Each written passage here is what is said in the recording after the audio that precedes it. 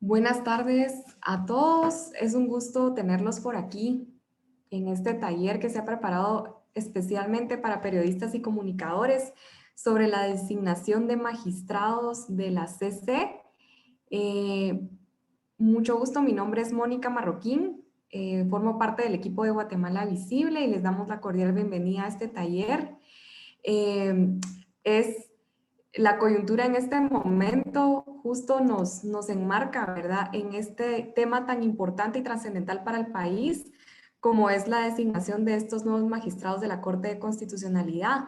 En Guatemala Visible siempre hemos trabajado por monitorear, dar seguimiento a este tipo de elecciones, ¿verdad? Que no solamente sabemos y conocemos que no solo las elecciones generales son las más importantes del país, sino que este tipo de elecciones también marcan un rumbo para nuestro país. Gracias por haberse inscrito al taller, por querer informarse. Esperamos que este taller pueda eh, incrementar y enriquecer el conocimiento y también que pueda también este conocimiento generado ponerlo en práctica al momento de las notas periodísticas o de los temas que ustedes como comunicadores tienen que transmitir. Este taller lo estamos haciendo con el apoyo de GIZ, ¿verdad? Ellos nos están apoyando en este momento para estos talleres, para que se pudieran llevar a cabo.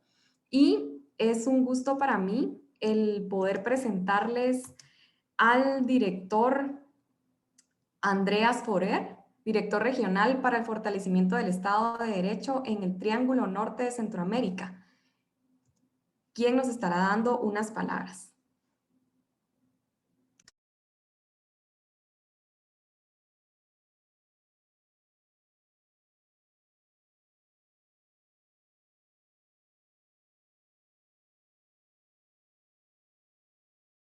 Audio ein. Ahora sí se escucha. Sí, se escucha. Muy bien. Nueva aplicación, entonces siempre es un desafío. Todo el día en reuniones con Teams y otros. Muy buenas tardes. Eh, América Latina, el continente de los abogados. Muy difícil, si uno no es abogado, seguir eh, todas esas minucias que hay en el mundo de los abogados. Por lo tanto, nos parecía muy importante apoyar un taller que explica un poco más un tema tan importante que es la selección de magistrados y magistradas en Guatemala, un tema que pues lo estamos siguiendo desde hace algunos meses, un tema que tiene sus avances, sus retrocesos, sus polémicas, eh, y siempre se encuentra una razón de decir que él o ella sí es, él o ella no es, y no es tan fácil quedarse al tanto, ¿no? Yo aquí como alemán en Honduras, dirigiendo un país eh, dirigiendo un proyecto que pretende fortalecer el Estado de Derecho en el Triángulo Norte. Es muy interesante de ver cómo pasan las cosas en los tres países. Nosotros trabajamos con las Cortes Supremas de los tres países. Y justamente en el tema de independencia de los magistradas y magistrados, tenemos una línea que apoya la lucha contra la corrupción en los tres países, y otra línea de trabajo, la última, que es la de agilizar los procesos penales. También saben que sobre todo para periodistas, tiene que ser una pesadilla de seguir un proceso penal, porque normalmente es largo, es complicado y empieza con muchas noticias, tal vez, un caso emblemático, pero a lo largo de los meses de las audiencias uno se pierde un poquito y finalmente eh, uno olvida también, o uno ya está trabajando en otros casos, ¿no? De todas formas, yo me quedo aquí conectado porque me interesa mucho la temática. Ojalá que no sea demasiado jurídico, que también podamos seguir e entender. Y pues bienvenidos y nos deseo mucho éxito en este taller. Muchas gracias. Muchas gracias. Ahí tuvimos las palabras de bienvenida del director. Nosotros también les damos la más cordial bienvenida a todos. Antes de empezar con la exposición, quisiera hacer unas aclaraciones. Se va a estar tomando el registro de la asistencia, ¿verdad? Esto es muy importante que los que están acá puedan registrar su asistencia porque se estará dando un diploma, ¿verdad? Entonces, importante que puedan registrar ahí su nombre de forma correcta, de cómo quieren que aparezcan, porque como ustedes lo registren, así va a aparecer en el diploma que les vamos a estar haciendo llegar. Igual que registren muy bien su correo electrónico, ¿verdad? Para podernos comunicar con ustedes por medio de esa vía. Y decirles que durante el taller ustedes pueden realizar sus preguntas por medio del chat, ¿verdad? Le pueden realizar las preguntas a Sebastián Morales, que es parte del equipo también de Guatemala Visible. Y ahorita los dejaría con él para darles unas pequeñas instrucciones de una pequeña actividad que vamos a hacer en este momento. Gracias, Mónica. Buenas tardes a todos. Aquí me pueden identificar como Sebastián Morales en el chat. Me pueden enviar sus preguntas por el chat privado. Y en este momento voy a compartir también en el mismo chat un enlace que es para una prueba de diagnóstico que vamos a hacer. La idea es pasar una prueba al inicio y al final bastante similares para medir un poco el conocimiento sobre la presentación. Entonces, en los próximos minutos, por favor, pueden llenarla. Ya pueden encontrar el enlace en el chat. Y, pues, como les digo, es solamente una prueba de diagnóstico. No depende de esto nada de la entrega del diploma o de la satisfacción del curso, etc. Daremos unos minutos, hay unos 3, 5 minutos para que puedan contestarle. Cualquier duda nos pueden decir. Bueno, espero que les haya ido bien en la prueba, no hubo dudas y que la hayan terminado de responder. Para comentarles que esta prueba tiene un límite de tiempo, ¿verdad? No sé si todos entraron a responderla ahorita, pero tiene aproximadamente unos 20, 30 minutos que va a estar ahí la prueba disponible y ya después ya no se podrá contestar. Bueno, ahorita pasamos ya a la parte de la exposición de este taller. Como les comentaba, es un tema súper trascendental en este momento, lo de la Corte de Constitucionalidad. Es mucho lenguaje jurídico, como bien mencionaba el director, ¿verdad? Pero precisamente para eso realizamos este taller, para poder comprender bien cómo se lleva a cabo cada uno de los distintos procesos de designación de magistrados y también por qué la importancia de la Corte de Constitucionalidad. Así que siéntanse en la libertad de poder hacer sus preguntas, de poder hacer sus comentarios, sus opiniones son muy valiosas, ¿verdad? No queremos que este taller sea solamente de una forma directa del expositor, sino que también haya interacción por parte de ustedes. Así que pueden estar poniendo sus preguntas en el chat. Con mucho gusto nosotros las vamos a estar trasladando al final para poder resolver todos los comentarios, dudas o preguntas que ustedes tengan. Entonces, es un gusto para mí presentar al doctor Julio Cordón. Él es abogado guatemalteco, exletrado de la Corte de Constitucionalidad y de la Corte Suprema de Justicia. Actualmente labora como abogado de la Corte Interamericana de Derechos Humanos y es catedrático universitario. Tiene una amplia experiencia en todos estos temas y maneja muy bien también este tema en particular, así que es un gusto para mí darle la palabra. Bienvenido, doctor. Muchas gracias. Buenas tardes a todos y todas. Gracias a Guatemala Visible por la invitación. Como pues, bien lo decía Mónica, los saludo y la saludo desde Rica. Ahí estaba leyendo los nombres y creo que a varios y varias de ustedes pues tengo el gusto de conocerlos. No sé por qué, pero todo este día he estado con un poco de problema de conexión. Se escucha bien, ¿verdad? Y creo que le bien.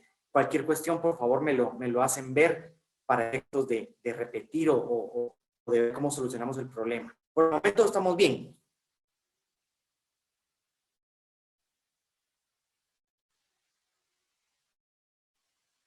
Sí, muy bien. Excelente, muy bien. Como ya lo refiero, también a la cooperación alemana, pues por la confianza para poder, pues, trabajar este tema que, como bien se refería, pues, por experiencia laboral, profesional y académica, he estado invitado. Sin embargo, es un reto cuando uno intenta explicarlo o intenta exponer algunas ideas hacia un foro que no es el jurídico.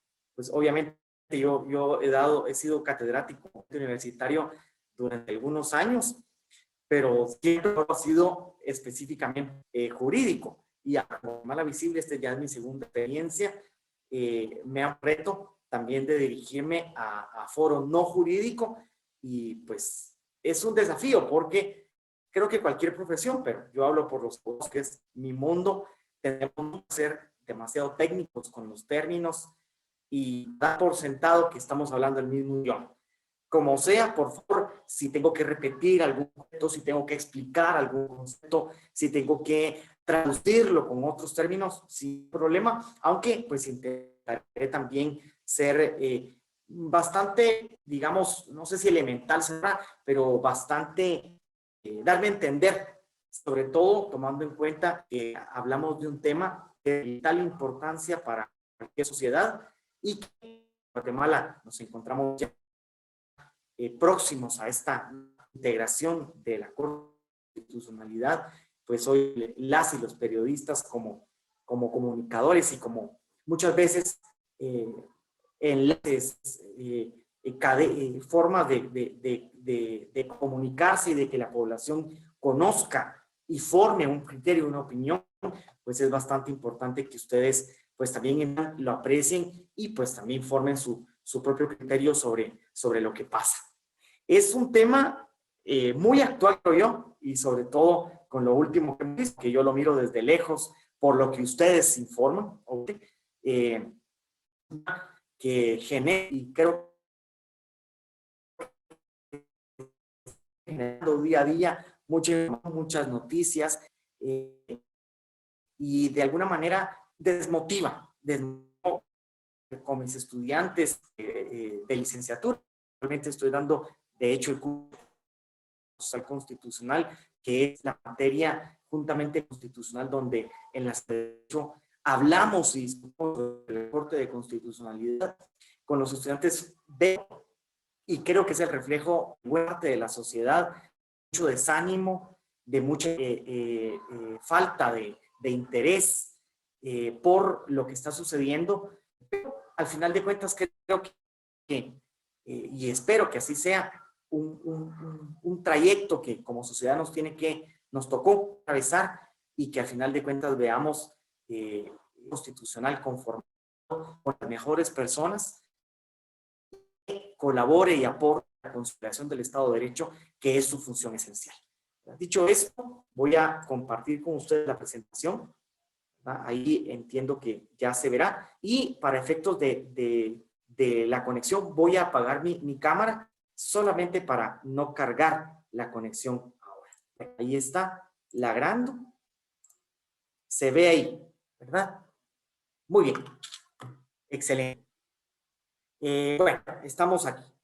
Tengo el tiempo, digamos, intento ajustarme a la agenda y por lo tanto muy al grano, sin perjuicio de que si hay pues algo que quisiera que aclaremos o podamos ver y detenernos, con todo gusto.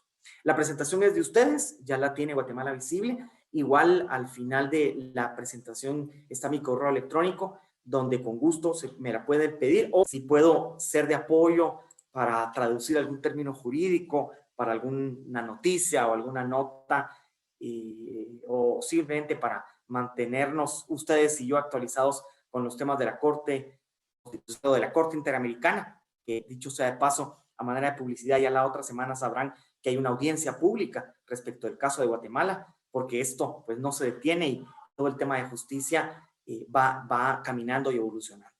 Y creo que esto es muy de acorde mencionarlo, porque precisamente todo el tema de la Corte de Constitucionalidad, hasta hace algunos años, yo me animaría a decir que tal vez 5, 10, no sé, ¿verdad? parecía ser un tema muy de abogados, un tema demasiado legal, y que la ciudadanía en general, los medios siempre han estado activos, pero no con la atención que le prestan ahora.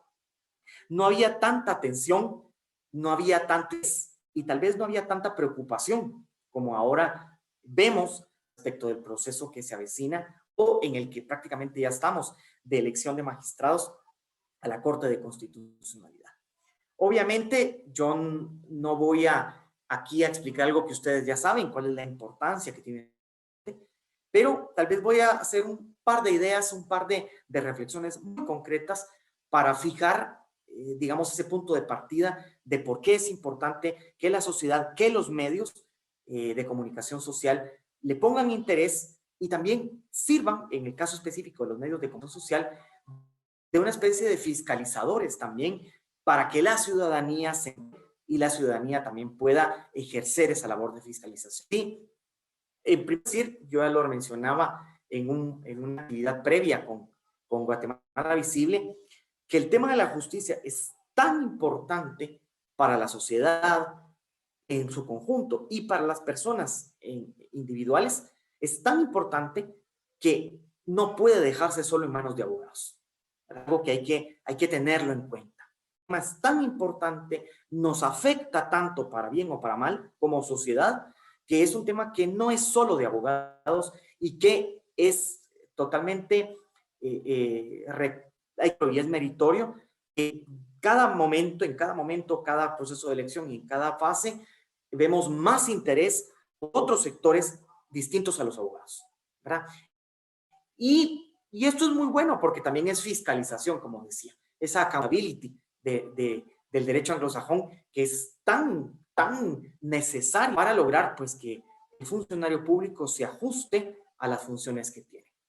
Y por otro lado decir también, y aquí es una reflexión que yo siempre hago con mis estudiantes, es que hoy en día cualquier estado de cualquier país del mundo, desde Guatemala, Alemania, que nos da lecciones muy interesantes en el tema del Tribunal Constitucional, Estados Unidos, Brasil, la India, Sudáfrica, cualquiera de estos, cualquier estado que se jacte, que se autodenomine o que pretenda ser un estado de derecho, tiene en su estructura un órgano como la Corte de Constitucionalidad, ¿verdad?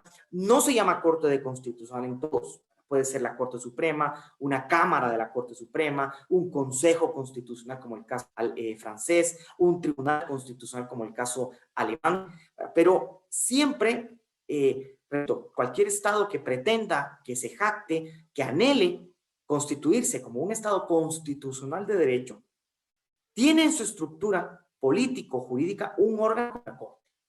Y es un órgano que dice, y lo voy a decir en términos muy sencillos, un órgano que tiene la última palabra en la interpretación constitucional. ¿Sí? Y cuando digo tiene la última palabra, tiene una connotación bastante importante, porque en el plano interno nacional ya no existe otro órgano al cual apelar o impugnar, la Corte dice. Y a veces la importancia que tiene este órgano que tenga la última palabra en la interpretación constitucional determina algo que luego vamos a ir, digamos, profundizando, que tiene que ser un órgano independiente, que tiene que ser uno con integrantes competentes para su función y sobre todo un órgano en el cual existan compromisos más que con el Estado constitucional de derecho. ¿Sí? Espero que con esto les haga reflexionar de algo que, como repito, ustedes ya saben, la importancia que tiene la Corte. Es tener la última palabra sobre la interpretación de la Constitución, es lo que podríamos explicar de lo que el artículo 268 de la Constitución, que ustedes tienen en la diapositiva, intenta referirse cuando dice que la función esencial de la Corte es la defensa del orden constitucional, ¿verdad? Es tener la última palabra en materia de interpretación constitucional. Y aquí voy a ser, digamos, muy casuístico, sin criticar o alabar las decisiones de la Corte, simplemente, por ejemplo, el decir si una causal de prohibición para postularse al cargo de presidente aplica o no aplica a un candidato o candidata. O ¿sí? Tener la última palabra sobre lo que la Constitución dice. O también definir o decidir si el procedimiento de elección del presidente de un poder del Estado, ¿sí?, se cumplió o no se cumplió, funcionario designó como presidente. Creo que ustedes ya sabrán por dónde voy, pero prácticamente son temas muy importantes. Pero ojo, yo aquí quiero recalcarlo porque así lo aprendí y así estoy convencido. No es esa, el tema político, la función más importante de la Corte. Por mucho de que en la discusión político-jurídica, social, siempre cuando se habla de la Corte se hablan de los temas políticos. Yo, arriesgándome mucho con las cargas de trabajo, me animaría a decir que eso es, si mucho, el 10% del trabajo de la Corte. Otro 90% del trabajo de la Corte tiene que ver con los problemas de las personas de diario y cuya solución exige también interpretar la Constitución. Es decir, aquella persona que aduce que cuando, no sé, que cuando le daron y le notificaron, ¿sí?, el juzgado, el juez que le dio la demanda, se equivocó porque no hizo la notificación de acuerdo a las garantías del debido proceso, ¿verdad? Algo que pareciera ser tan simple, pero que, repito, incorpora la máxima carga de trabajo de la Corte y es, al final de cuentas, desde mi convicción, el trabajo más importante que tiene la Corte. Yo traduciría que el trabajo más importante de la Corte es tutelar los derechos y libertades de la República. Es el trabajo más importante que tiene la Corte, ¿sí? No solo por la cantidad, más del 90%, sino porque al final de cuentas, ahí es donde nos rifamos, si me permite la expresión, el Estado de Derecho. En cada caso particular, específico de X o de Y, donde en cada caso el tribunal logra evidenciar o no si es el garante de la Constitución para esa persona en concreto. Si en el caso de esa persona que resiente la vulneración de sus derechos, ¿sí?, el tribunal logra proveerle la tutela que la Constitución le garantiza. Y por supuesto, para eso también hay que interpretar la Constitución. Y obviamente, cuando el tribunal falla, con o sin lugar, porque no siempre va a tener razón quien plantea el amparo o la garantía que sea, cuando el tribunal declara con o sin lugar, también está defendiendo el orden constitucional. Por eso es que es tan importante quién llega o quiénes llegan, su experiencia, sus capacidades, su no vinculación, ¿sí?, con otros factores y su convicción en los valores constitucionales. Como ustedes saben, si hay alguna duda con esto, que yo quisiera profundizar más, pero me voy a quedar ahí porque el tiempo se nos va. Pero como ustedes saben, la Corte es la propia Constitución la que establece su forma de integración y preguntas de la prueba diagnóstica, ¿sí? Hay que tomar en cuenta, aquí voy a tomarme un par de minutos, que esta no es la primera Corte en la historia constitucional de Guatemala. La primera Corte estaba establecida en la Constitución anterior, la Constitución del 65. Fue la primera vez donde el sistema constitucional incorporó un tribunal de esta categoría con estas funciones, pero era un tribunal muy distinto, un órgano muy distinto. No era un órgano permanente.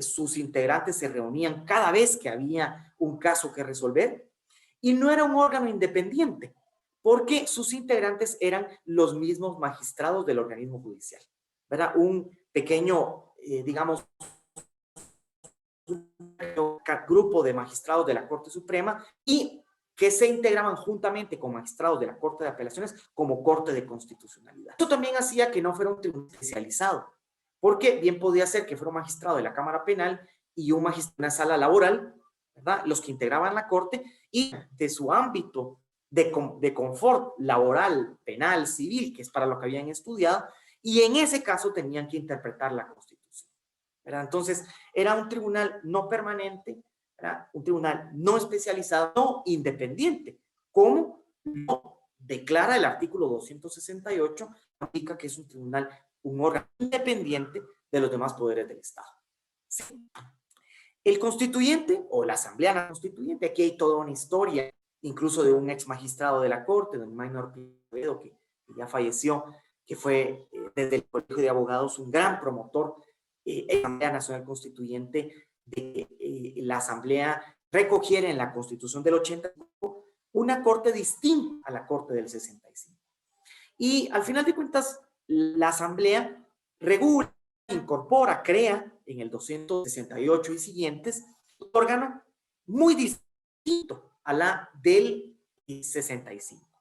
Otra cuestión, este modelo de Corte de Constitucionalidad independiente, distinta a la Corte Suprema de Justicia, no es un modelo muy común.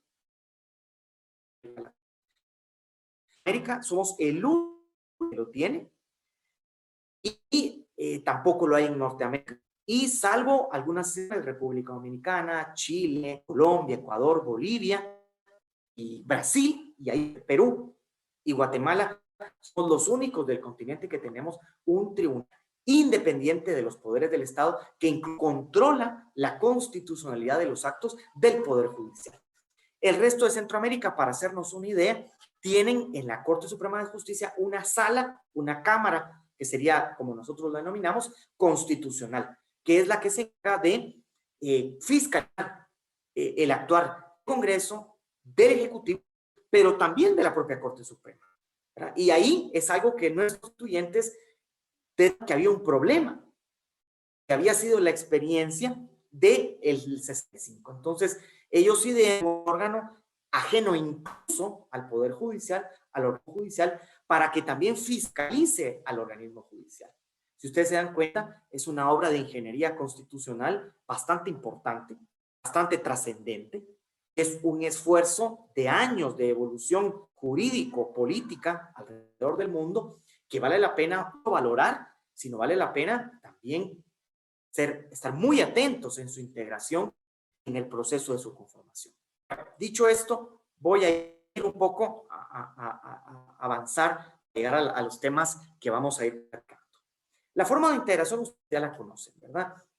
Es un magistrado titular y un suplente por el Pleno de la Corte de Justicia, un magistrado suplente por el Pleno del Congreso de la República, ¿verdad? Aquí es que tanto la Corte Suprema como el Congreso designan por mayoría absoluta, a más uno, concretamente, un magistrado, el presidente de la República en Consejo de Ministros, ¿sí?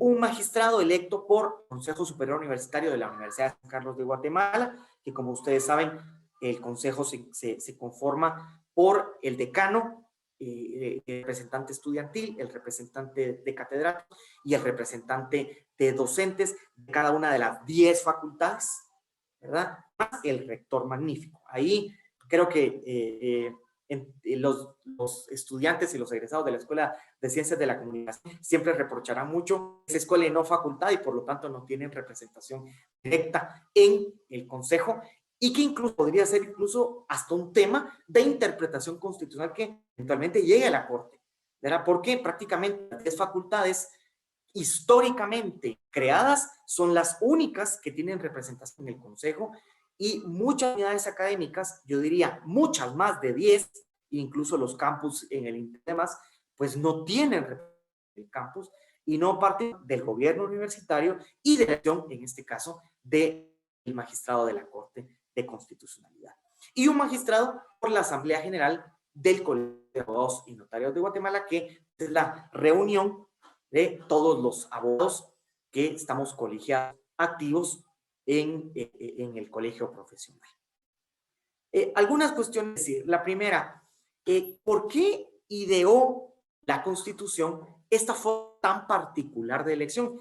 También debo decir, es muy distinta a las formas de elección del resto de la región, no digamos no desde Centroamérica, sino de América Latina e incluso un tanto distinta a la forma de elección de Europa y otros lugares ¿verdad? Lo que intentó hacer el Constitución, yo podría interpretarlo de dos maneras. La primera, tomar en cuenta un poco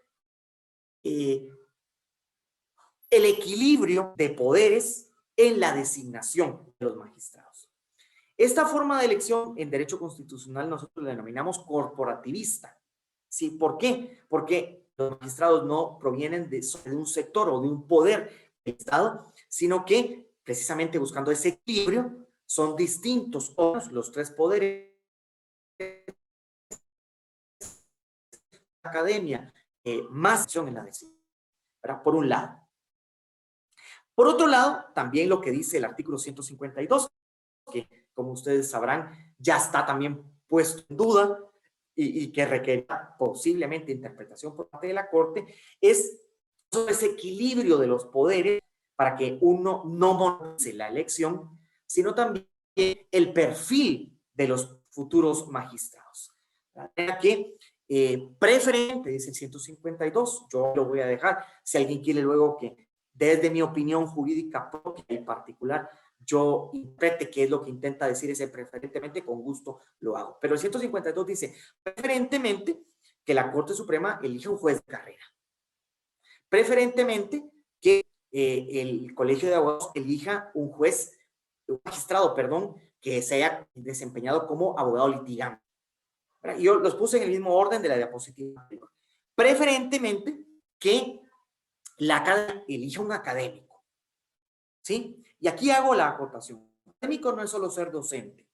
O sea, falta mucho para ser académico y más que la docencia. Por supuesto que la docencia incluye elementos, pero hay más. Luego también quisiera detenerme. Y en cuanto a la presidencia y el Congreso, yo miraría dos cosas. Si bien el 152 solamente dice la administración pública, hay que tomar en cuenta que la administración pública no solo determina que sea alguien carrera en la administración pública, ¿verdad? Como puede ser, ejemplo, en otras latitudes, ¿verdad? Bueno, ¿para qué hablar de otros países? Guatemala misma. El primer presidente de la Corte de Constitucionalidad había sido un abogado que ha sido experiencia en la administración pública, superintendente de bancos. Y como ustedes sabrán, el Banco de Guatemala y la Superintendencia de Bancos son dos instituciones que todavía hoy en día observan pues un prestigio en la administración pública.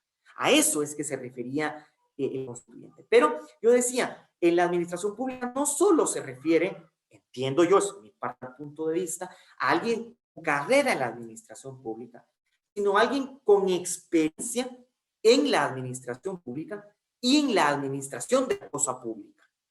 Por eso es que también, aunque esto lo voy a utilizar después, es también útil que un magistrado tenga algún tipo de experiencia política, ¿sí? Por eso es que, pues, la designación también va por otro tipo de órganos. Hablo de experiencia política o experiencia en el manejo de la cosa pública, pero no estoy diciendo que sean políticos. Son dos cosas distintas. Por ejemplo, en Colombia, para decir un magistrado que pues, yo he dado mucho, que fue presidente de las dos cortes, de la Corte Suprema y de la Corte Constitucional, fue un funcionario que estuvo durante mucho tiempo trabajando como profesional nacional, no era el nombre, pero en el Banco Estatal. Muy parecido a nuestro primer, sí, pero fue una experiencia que llegó a cargo del banco. Ya no llenaba el perfil, sino que también de experiencia en el manejo de la y en el manejo de políticas, porque pues la estatal tiene actividad política. ¿Sí? Para ir entendiendo. Yo quisiera acá, desde una perspectiva muy personal, como docente de Derecho Constitucional y de Derecho Constitucional, que me parece que el Constituyente ideó, cuando hablo de constitucionalidad, que la perfila, la regula y la posiciona en un estatus tal que, como decía un ex magistrado de la Corte, ser magistrado debe ser y no una competencia. ¿Sí? Eso es lo que le daría explicación de por qué el constituyente o la Constitución no reguló o no diseñó comisiones de posición para la Corte de Constitucionalidad, como sí lo hizo para la Suprema, por ejemplo, y para otros. Es decir, lo que el constituyente pretendió, aunque es interpretación muy propia, es no solo que hubiera un equilibrio de poderes en la acción de los magistrados, sino que cada uno de los órganos con facultad de designación para a los mejores juristas de Guatemala. Estoy diciendo los mejores abogados, mejores juristas, porque también en nuestra profesión hay una gran diferencia entre un abogado a ser un jurista que estudia, que conoce, que entiende y que está convencido del valor del derecho y la justicia, ¿verdad? Y yo, sin demeritar, por eso yo no menciono nombres más que ya mencioné, bastaría un poco la primera integración de la Corte, la segunda, para ver un poco cómo los órganos de Estado se esmeraron mucho en hacer convocatorias más que la ley, sin un proceso de misiones y demás, cómo se esmeraron en perfilar cada uno abogados juristas de renombre para ocupar estos altos cargos, ¿verdad? Lo dejo, si quieren explicar un poco más sobre esto, yo con gusto lo puedo hacer. Hablemos un poco del perfil, ¿sí? Del perfil. Lo primero que yo diría es que no hay que confundir el perfil con los requisitos, ¿verdad? Porque no son los mismos, ¿verdad? Los requisitos son esos mínimos quien quiere optar o resto del cual se piensa que puede optar al cargo de magistrado debe llenar, ¿verdad? Mínimos, y ahí el cuenta los dice, ¿verdad? Ser de origen, ser abogado, ser de reconocibilidad, que esto, digamos, tiene también mucha incidencia como lo que el 13 constitucional dice, y tener por lo menos 15 años de graduación, ¿verdad? Es muy simple. Yo soy abogado 9060, por ejemplo. El A y el D, el A, B y D. C, pues yo no lo puedo decir, eso tiene que evaluar alguien ajeno a mí para poderlo afirmar. Pero iba al de 15 profesional, aunque es mucho, pues hoy en día, quería decir que en un colegio de casi 40,000, no sé cuántos serán abogados, pero hablando de los 35,000 abogados, posiblemente ya llegamos a esa éxito unos 12,000 abogados, posiblemente. Ya llegamos a ese. Si ustedes se dan cuenta, el foro de donde se puede prever posibles datos es muy grande, es muy vasto en Guatemala. Pero yo les decía, requisitos con perfil idóneo, ¿verdad? Este perfil idóneo acá, yo voy a ser muy honesto, no por ello, ¿verdad? Es un plan elaborado para la elección de la Sala de lo Constitucional.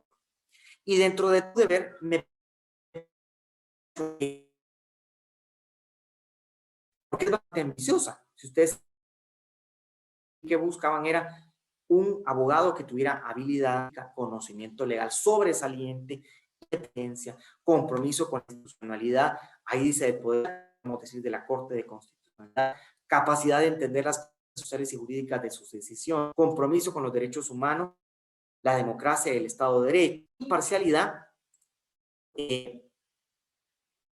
conducta intachable y capacidad de trabajar en viendo el chat y decía, es interesante que diga graduación profesional. Así es, sí, es distinto a lo que dice respecto de los magistrados de Corte Suprema, Corte de Apelaciones, ¿verdad? Porque allá habla de ejercicio profesional, aquí habla de graduación profesional, ¿sí? Y la diferenciación, ya la Corte de Constitucional tuvo oportunidad de hacer alguna interpretación respecto de esto y refiere cómo acá, pues prácticamente cualquier persona que esté graduada, que ejerce la docencia, la administración pública, el litigio, la judicatura o cualquier otro tipo de ámbito de la profesión, llenaría el requisito. ¿Verdad? Me están diciendo que se está cortando. ¿Se escucha?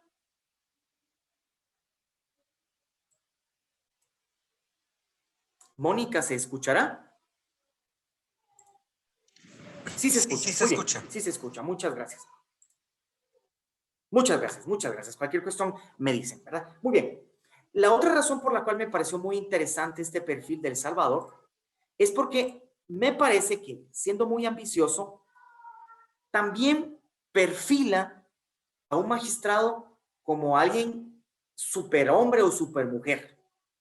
Yo no digo que no las haya, posiblemente las habrán, pero yo creo que hay que intentar perfilar a un profesional que sea también dentro de lo que más interesa a un tribunal constitucional, ¿verdad? Y yo por eso todos esos elementos los condensé en 4 características o exigencias específicas del perfil que a mi parecer sería el idóneo para un magistrado de la Corte de Constitucionalidad, ¿verdad?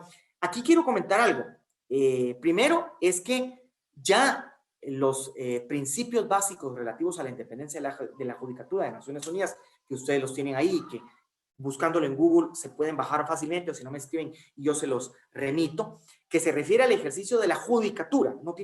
No es solo del Poder Judicial o solo de la Corte, sino de cualquiera que ejerza la función de ser juez o magistrado, ¿verdad? Estos principios dicen, y que son universales para todo el mundo, que son de Naciones Unidas, dice en el 10, y solo voy a leer lo primero: las personas seleccionadas para ocupar cargos judiciales serán personas íntegras e idóneas y tendrán la formación o las calificaciones jurídicas apropiadas. ¿Sí? Todo método utilizado para la selección de personal judicial garantizará que éste no sea nombrado por motivos indebidos. Yo ahí lo dejo. Si ustedes se dan cuenta, en 2 oraciones prácticamente logra resumir todavía más un perfil ideal, un perfil idóneo, y sobre todo que se garantice que la evaluación o el proceso de selección o designación del magistrado llene o fiscalice, garantice que se llene ese perfil. Los 4 elementos que yo diría que son ideales para un perfil de magistrado de la Corte es la capacidad y competencia profesional, ¿sí? Que de todo, yo no me voy a decir que esto es lo más objetivo, porque esto de alguna manera se puede evaluar, ¿sí?, con el currículum de la persona. Y los otros 3, que son muy importantes, también son más, no sé si relativos, más abstractos, más discutidos por esta persona, ¿verdad? Además de la capacidad y competencia profesional, la independencia, la reconocida honorabilidad, que ahí yo hubiera utilizado otros términos, pero digamos, fui muy respetuoso de lo que dice el artículo 269 y el 113 constitucional, y la convicción en los derechos humanos y los valores constitucionales. Hablemos de cada uno de estos. Capacidad y competencia profesional. Yo primero, y voy a comenzar a decir, ¿qué no es capacidad y competencia profesional? ¿Qué no es? ¿Verdad? Y primero voy a decir, yo, sin demeritar a nadie, me parece que no se acredita la capacidad y competencia profesional por mostrar que cursó 3 maestrías y 2 doctorados. Creo que las comisiones de postulación, con el método, posiblemente que la ley establece o como lo han interpretado, yo creo que va más por ese lado, han desvirtuado este elemento. O sea, con que una persona presente 3 maestrías, 2 doctorados, especializaciones, ¿verdad?, ya tiene la capacidad, ¿verdad? De las 3 maestrías, solo una se graduó, las otras 2 no. Yo no estoy demeritando nada, porque al final de cuentas, cada quien, como puede, estudia y se forma, ¿verdad? Y los 2 doctorados los sacó en 2 años. Perdón, pero me parece que ahí habría más que cuestionar, que tomarlo tomarlo en cuenta para efectos de evaluarlo. Lastimosamente, como trabajan las comisiones de postulación, es que basta que se muestre el pensum cerrado o el título y ya se tienen los puntos, porque eso es lo que persiguen los candidatos, los puntos en el ámbito de la capacidad profesional. Sí, no se evalúa, por ejemplo, la materia de la maestría o el doctorado, si realmente aporta algo, fuera de la materia de la maestría o el doctorado, el pensum de estudios, si realmente aporta algo. Algo muy importante que es muy sensible en Guatemala, pero hay que decirlo, la seriedad de la institución académica. Sí, dentro de la propia seriedad, el tiempo, el periodo de estudio, el curso lectivo, es inconcebible.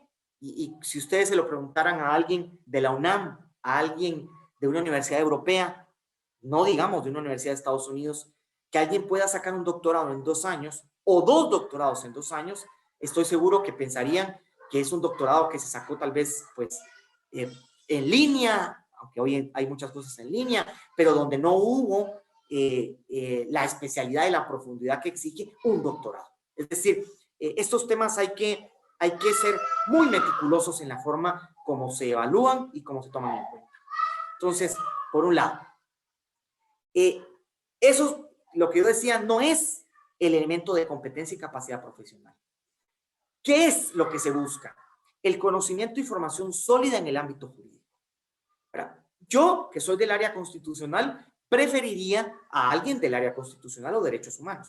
Sin embargo, hay que reconocer que la Corte de Constitucionalidad y cualquier tribunal similar, pero nuestra Corte, hoy en día se ha configurado como un órgano que al final decide muchas materias desde el matiz constitucional. De manera, pues, que también profesionales de otras disciplinas jurídicas tendrían, si hay una sólida formación, el perfil para poder llegar, ¿verdad?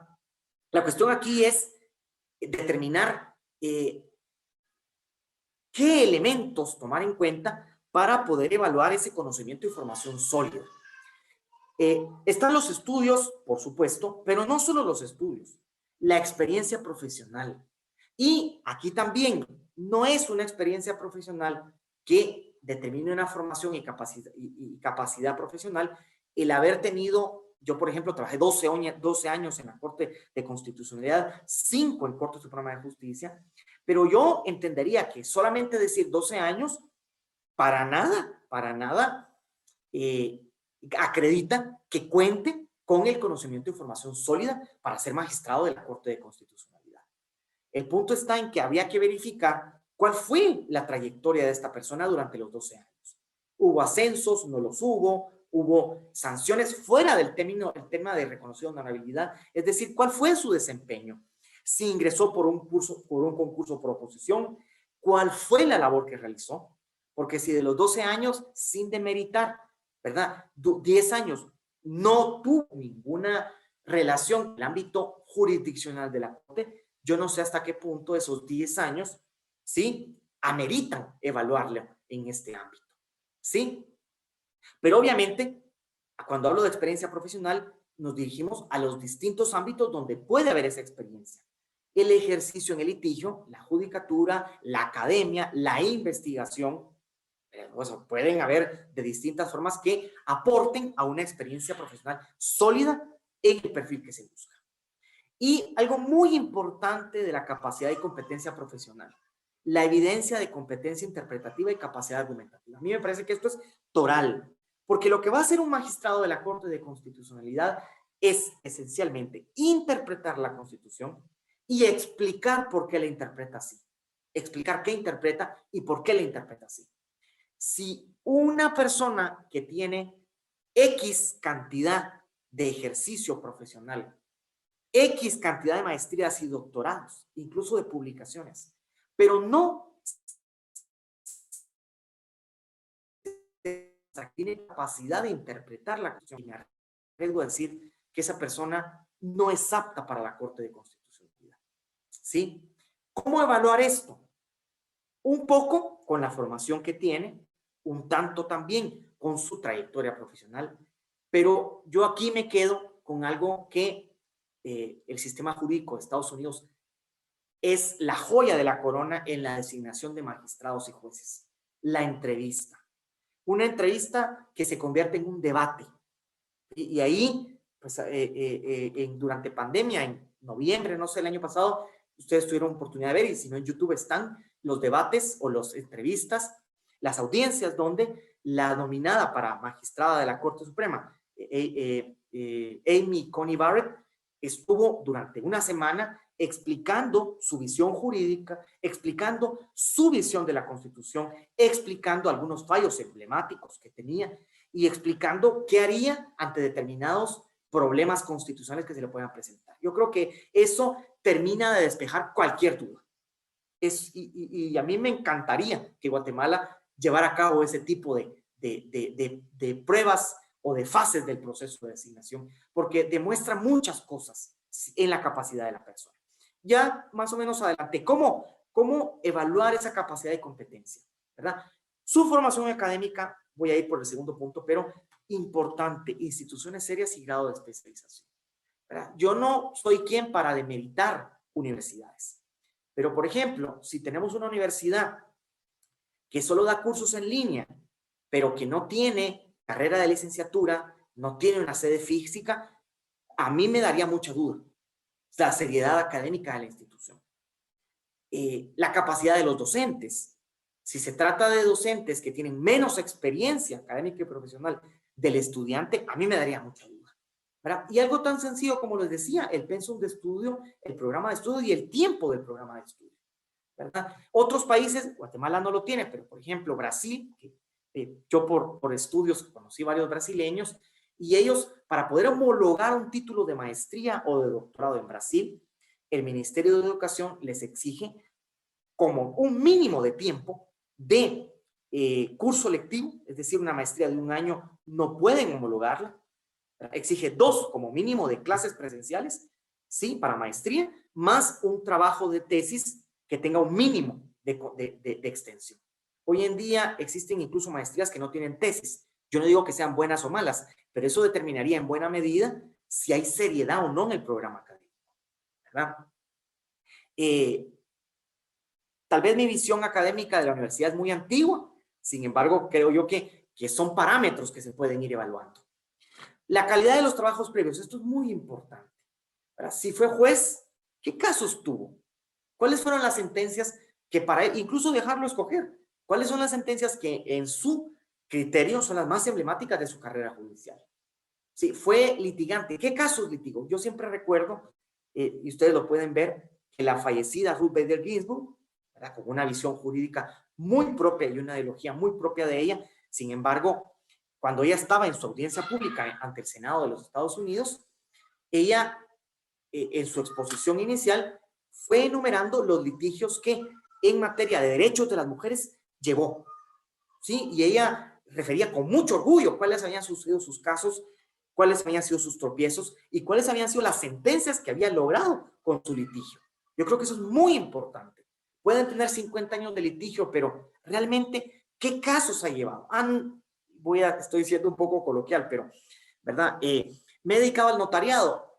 Dudo mucho que una persona que durante todo su ejercicio profesional haya sido solamente notario, tenga la capacidad para ser magistrado de la Corte de Constitucionalidad. Y no lo estoy demeritando, es que la experiencia, la vocación, también debe ser tomada en cuenta. Algo muy importante, las publicaciones de esa persona, ¿verdad?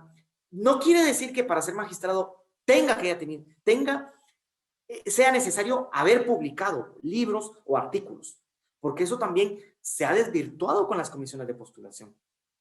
Sí, se pide como parámetro haber publicado. Y entonces vemos ahí que publican en blogs o en revistas que el propio candidato editó. Y a mí me parece que eso no es lo que se persigue, ¿verdad? Las publicaciones sirven para evidenciar su criterio jurídico, su capacidad de análisis, su capacidad argumentativa. Declaraciones que haya hecho, si es que las ha hecho, como funcionario, como juez o qué sé yo. Y muy importante, la entrevista personal, ¿verdad? Voy a ir un poco más rápido, que el tiempo no quiero que nos apremie. Creo que me faltó algo. Las distinciones y reconocimientos profesionales, ¿verdad? Esto es algo muy importante también en el ámbito académico o profesional. Yo no estoy de acuerdo, y ahí mi postura, de que se evalúe el servicio social. ¿Alguien que no ejerza servicio social puede ser buen magistrado? No lo sé, porque el perfil de magistrado no me exige, ¿sí?, ser caritativo o ser filántropo. Yo creo que es otro ámbito. Y sobre todo, ha desvirtuado mucho, porque hoy vemos que se hacen esfuerzos por hacer donaciones o por llevar obras para tener una constancia de 5 o 10 puntos de la tabla de gradación. Esto es desvirtuar no solo la evaluación, sino sobre todo desvirtuar el servicio social, me parece, ¿verdad? Las distinciones o reconocimientos que tengan en el ámbito académico. Incluso aquí hay que tener mucho cuidado, porque, créanmelo o no, hay universidades que venden los doctorados honoris causa, ¿sí? No hablo de universidades de Guatemala, yo conozco universidades del extranjero. donde uno se postula y dependiendo de la donación que se haga, así es si accede o no al doctorado honoris causa. Hay una ONG que se dedica a eso, internacional. Entonces, ¿hasta qué punto este tipo de reconocimientos de instituciones no serias pueden ser tomados en cuenta? Yo creo que si hay compromiso en la designación, tiene que haber seriedad en la evaluación. La independencia. Aquí, la independencia es un tema muy importante, ¿verdad? Porque si se va a tutelar los derechos, el juez debe ser independiente de aquel en contra de quién va a tutelar los derechos. Y esa es una premisa toral del juez desde que existe el concepto de juez y de justicia.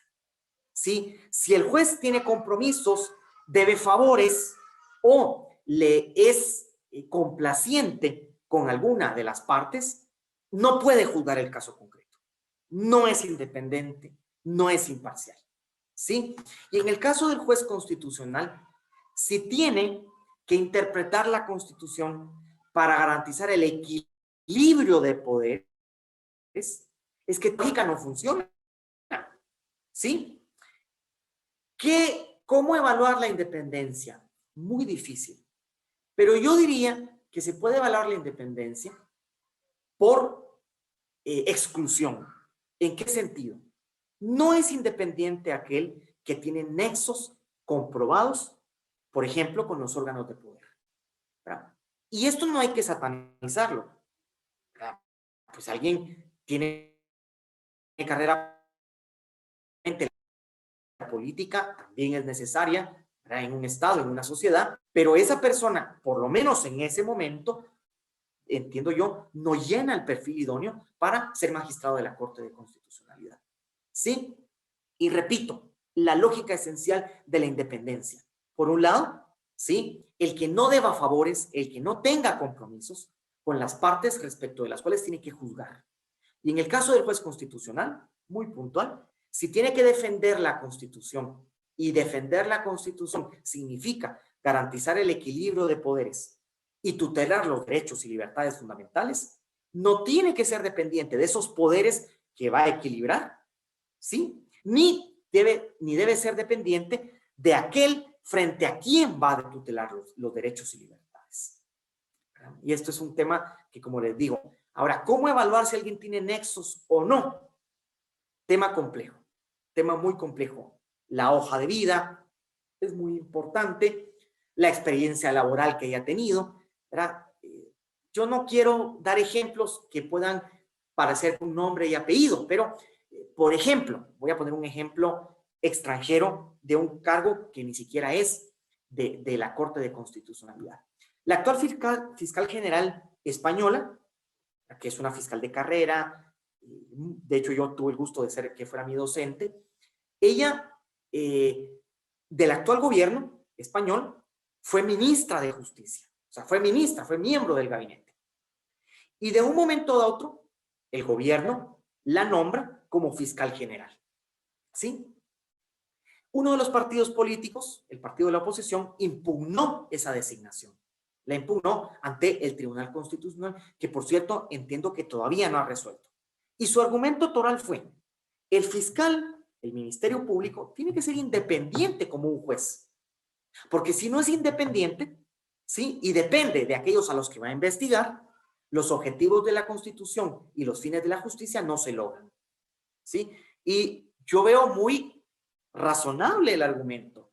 Si fue miembro del gabinete, no podemos esperar independencia frente a ese gobierno, frente a ese gabinete, ahora que está del otro lado de la mesa. ¿Sí?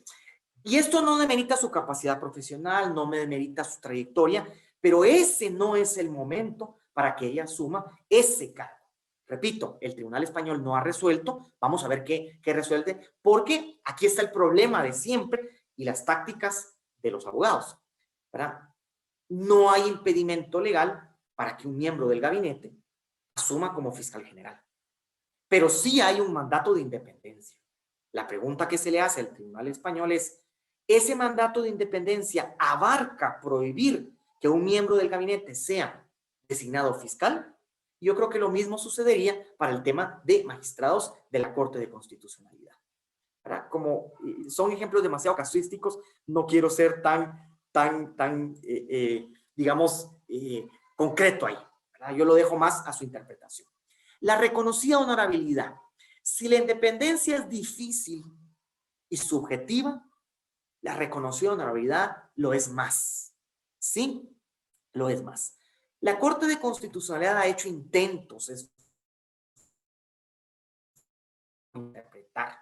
Y el expediente 92-2010, entre muchos otros, van indicando más o menos ahí la honorabilidad hacia las cualidades de una persona, conocimiento social, en sus méritos, talentos, destrezas, habilidades, criterios y cualidades que perseguirán la justicia en su actuación profesional y en el cargo. Dicho así, es muy bonito oírlo. Era muy bonito. Pero ¿cómo evaluar eso? ¿Cómo medirlo? Y aquí yo quiero comentar algunas cuestiones. Hay que tener mucho cuidado de que el tema de reconocida honorabilidad no riña con la presunción de inocencia.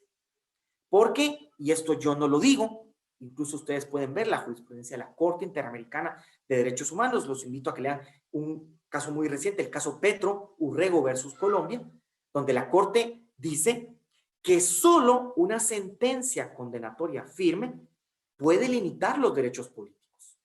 Y un derecho político es acceder al cargo público como magistrado de la Corte de Constitucionalidad. Ahora, ¿cómo traducir esto y cómo explicarlo cuando hablamos de reconocida honorabilidad? Cuando una persona tiene una sentencia penal firme en su contra, esta persona no es que solamente no sea de reconocida honorabilidad, es que esta persona no llena requisitos. Es incluso un escenario previo. Sí, no llena requisitos porque no está en el libre ejercicio de sus derechos. Y esto lo dice la propia ley electoral y lo dice el propio Código Penal, que es perfectamente aplicable también para el caso de la Corte de Constitucionalidad. Ahora bien, ¿qué pasa cuando respecto de esa persona no existe una condena penal firme? Existe un proceso abierto o existen denuncias o incluso ni eso, sino que lo que existen son sospechas o críticas, ¿sí? Hay que ser muy cuidadosos, por muchas razones. En el tema de las denuncias, hay que tomar en cuenta que una denuncia no determina que una persona no sea de reconocida honorabilidad, ¿verdad? Porque en un sistema como el guatemalteco existe libertad de accionar, libertad de denunciar. Cualquier persona puede, disculpen la expresión, a diestra y siniestra, denunciar por X o Y interés. ¿Sí? Cualquier persona puede denunciar con o sin razón. ¿Sí? Igual puede ser que a partir de esa denuncia se abra un proceso, incluso un proceso penal, y no precisamente ese proceso penal va a terminar en una sentencia condenatoria firme. Si, por ejemplo, es mi postura, a partir de la jurisprudencia interamericana, se impidiera a una persona postularse al cargo de magistrado porque existe una denuncia o un proceso penal, a mi parecer ahí se está vulnerando la presunción de inocencia. ¿Sí? Ahora bien, ¿cómo lograr empatar este tema con reconocida honorabilidad? ¿Y qué es lo que la Corte exige? Lo que yo entiendo es que si bien una denuncia, un proceso penal abierto o críticas, incluso con fundamento, como ustedes quieran, contra una persona, no pueden impedir que se postule, lo que se exige es que al momento de la designación se discuta si esa denuncia, si ese proceso, si esa crítica, que puede ser por ejemplo una noticia, qué sé yo, afecta la reconocida honorabilidad. Y ya será el órgano designante, el Pleno de la Corte Suprema, el Pleno del Congreso, el Pleno del Consejo Superior Universitario, los que, discutiendo y analizando el tema, decidirán por mayoría si esa denuncia rompe la reconocida honorabilidad o si no la rompe. Aquí un punto importante. No basta en esa discusión decir, como la denuncia no llegó a sentencia, no, eso no es válido, porque ese es el escenario previo. Lo que tiene que hacer el órgano designante es discutir si la denuncia está fundada, si la denuncia es seria, si la denuncia podía llegar a un proceso, ¿sí? Y aquí tiene que ver mucho ciertos denunciantes que simplemente denuncian y que solamente dejaron la planteada. ¿Qué seriedad se le puede ver a eso? Me doy a entender. O sea, hay que ser muy meticuloso. Y sobre todo porque no solo se puede dañar la presunción de inocencia, sino que se pueden dañar vidas correctas, intachables, a partir de denuncias espurias, ilegítimas o políticas. El punto acá está en que sí es necesario que el órgano designante debata, ¿sí?, esa reconocida honorabilidad y que determine si esa denuncia, ese proceso o esa crítica, puede ser una denuncia en el propio proceso de selección, no precisamente en el Ministerio Público, por ejemplo, rompe la reconocida honorabilidad. No basta, que ha sido un error muy común de las comisiones de postulación, por un lado, con lo que les decía, decir que como no hay sentencia firme no puede limitar, o decir, por ejemplo, que él no es juez para deducir si es de reconocida honorabilidad. No, no es, pero es elector. Y ese elector tiene la responsabilidad en ese momento de discutir sobre el tema. Y punto importante, el órgano libre desde la Constitución para decidir, sí, para decidir si esa denuncia, si ese proceso, si esa crítica rompe o no la reconocida honorabilidad y por lo tanto si el candidato llena o no el perfil. Voy a ir un poco más rápido porque el tiempo se nos va. El último elemento que yo creo que es de los más importantes, la convicción en los derechos humanos y los valores constitucionales. ¿Sí? La convicción en los valores democráticos y el Estado constitucional de derecho, ¿verdad? Esto es importante por una razón cuantitativa, ya se lo dije. El 90% del trabajo de la Corte son casos de personas comunes y corrientes, ¿sí?, con problemas comunes y corrientes, donde tiene que ver los derechos y libertades de las personas. Y ahí es donde la Corte evidencia para esa persona en particular si es o no garante y defensor del orden constitucional. Segundo elemento, conciencia del impacto e importancia del quehacer de la Corte en el ámbito de los derechos y libertades, más allá de su incidencia política. Les quiero contar que, yo no sé si ustedes sabrán, pero en la Corte hay un cuerpo de letrados, entiendo que siguen muchos de ellos, excelentes, ¿verdad? Muchos más antiguos que yo. Y hay un cuerpo de letrados profesionales, capacitados y sobre todo con esta conciencia y convencidos del quehacer de la Corte. Y una de las letradas siempre dice, a mí me llama la atención y por eso lo repito, una de las letradas, digamos, que ha hecho escuela ahí, siempre dice que más que abogados hay que designar humanistas. ¿Sí? ¿Qué se refiere como humanistas? Personas con conciencia social y personas no solo conocedoras de los derechos, sino convencidos de los derechos. ¿Sí?